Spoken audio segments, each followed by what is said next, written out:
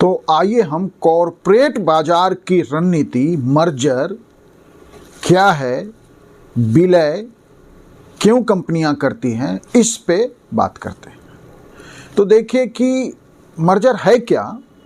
तो जब दो या दो से अधिक कंपनियां मिलकर एक नई कंपनी बनाती है तो ये जो है मर्जर विलय कहलाता है।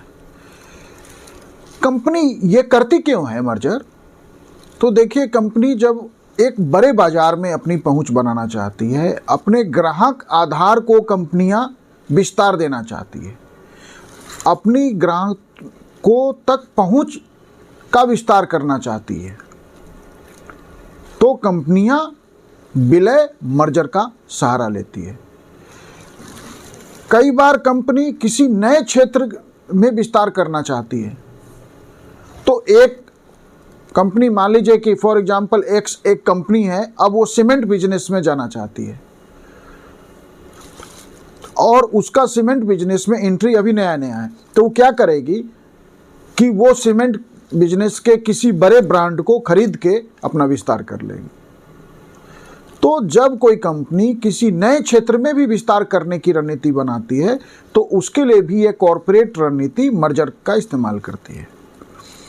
मर्जर प्रतिस्पर्धा, क्योंकि बाजार में कंपटीशन को कम करने के लिए आपने अपनी प्रतिस्पर्धी कंपनी को ही जो है अपने साथ मर्जर के लिए तैयार कर लिया, तो इसलिए भी मर्जर होता है। कंपनियां अपने शेयर धारकों को लाभ पहुंचाने के लिए भी कई बार जो है विलय मर्जर का सहारा लेती है कि दो अलग अलग कंपनी है, लगभग एक क्षेत्र में ही व्यापार कर रही है, कंपनी ने दोनों का विलय कर दिया। अब जो नई कंपनी बनी वो कंपनी मजबूत कंपनी होगा, तो क्या होगा कि उस विलय के बाद उस कंपनी के शेयर का प्राइस बढ़ेगा। क्यों? क्योंकि वो अट्रैक्टिव हो जाएगा उसका शेयर, तो इससे शेयर होल्डर को लाभ हो जाएगा। और जब कंपनी इस तरह से विलय कर देती है तो जो नई कंपनी है उसमें विलय के बाद शेयर धारकों को शेयर अलॉट हो जाता है।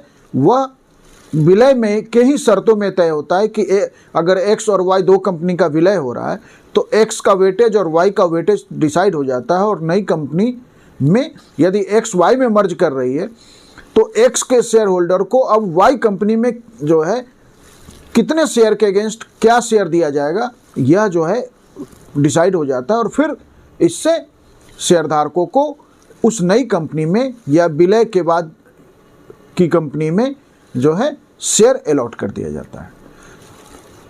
कई बार कंपनी जो है अपने टैक्स को, कंपनी बहुत लाभ में है और अपना वो जो है टैक्स कम करना चाहती है, अपना कर जो है घटाना चाहती है, तो भी वो कंपनी कई बार क्या करती है कि किसी हानि वाले कंपनी को खरीद लेती है, किसी लॉस वाली कंपनी को खरीद लिया, तो इससे कंपनी का जो है बहुत सारा लाभ जो है उस लॉस में निकल जाता है और उसका जो टैक्स लायबिलिटी है वो घट जाता है। तो इन अनेकों कारणों से कंपनी जो है कॉरपोरेट रणनीति के तहत विलय करती है। जब एक बार विलय हो जाता है तो विलय के बाद जो मौजूदा कंपनी है वो गायब हो जाती है और उस मौजूदा कंपनी की सारी संपत्ति, सारा व्यवसाय और उसके सारी देनदारियां भी उस नई कंपनी को ट्रांसफर हो जाता है। सामान्यतः तो विलय एक सामान्य तौर पर एक जैसे व्यापार कर रही कंपनियों के बीच ही होता है। विलय अधिग्रहण नहीं है।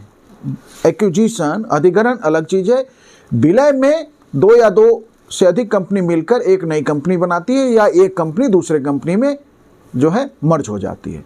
अधिग्रहण अलग चीज है। अधिग्रहण जो है एक कंपनी जो है दूसरे कंपनी का करती है, तो विलय अलग है, अधिग्रहण जो है अलग है। हम एक अलग वीडियो में आपको बताएंगे एक्विजिशन क्या है।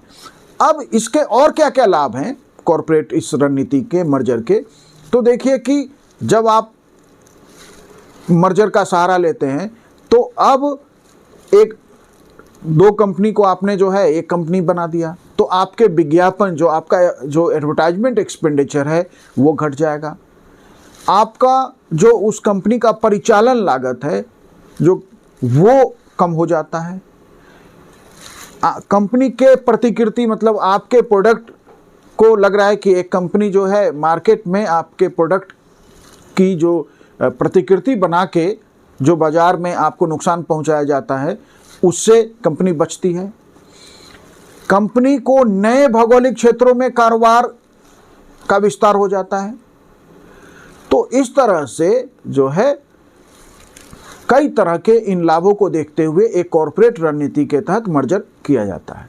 लेकिन केवल इसके लाभ है नहीं, इसका नुकसान भी है कि ये बेरोजगारी बढ़ाती है कि मान लीजिए एक्स कंपनी में 500 एम्प्लाई है, वाई कंपनी में 5000 एम्प्लाई है, दोनों कंपनी मर्ज हो गई। अब कंपनी को मर्जर के बाद भी लग रहा है कि एम्प्लाई और रखने की जरूरत नहीं है, तो कुछ लोगों को जो है रोजगार से हाथ धोना पड़ेगा।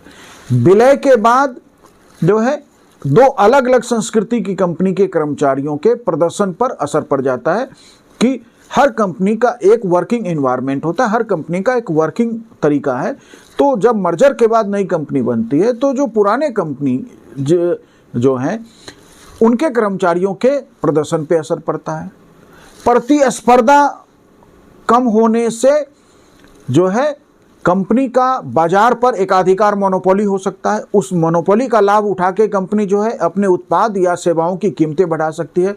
लेकिन फिर भी जो है कॉरपोरेट रणनीति के तहत ये मर्जर किया जाता है, जिसके लाभ कंपनी के हित में है, जो नुकसान है वो आम आदमी के जिम्मे है। बेरोजगारी बढ़ा रहा है, प्रतिस्पर्धा कम होने से एकाधिकार मोनोपोली हो सकता है, उत्पाद और सेवाओं की कीमतें बढ़ सकती है। तो ये था मर्जर विलय। Thank you.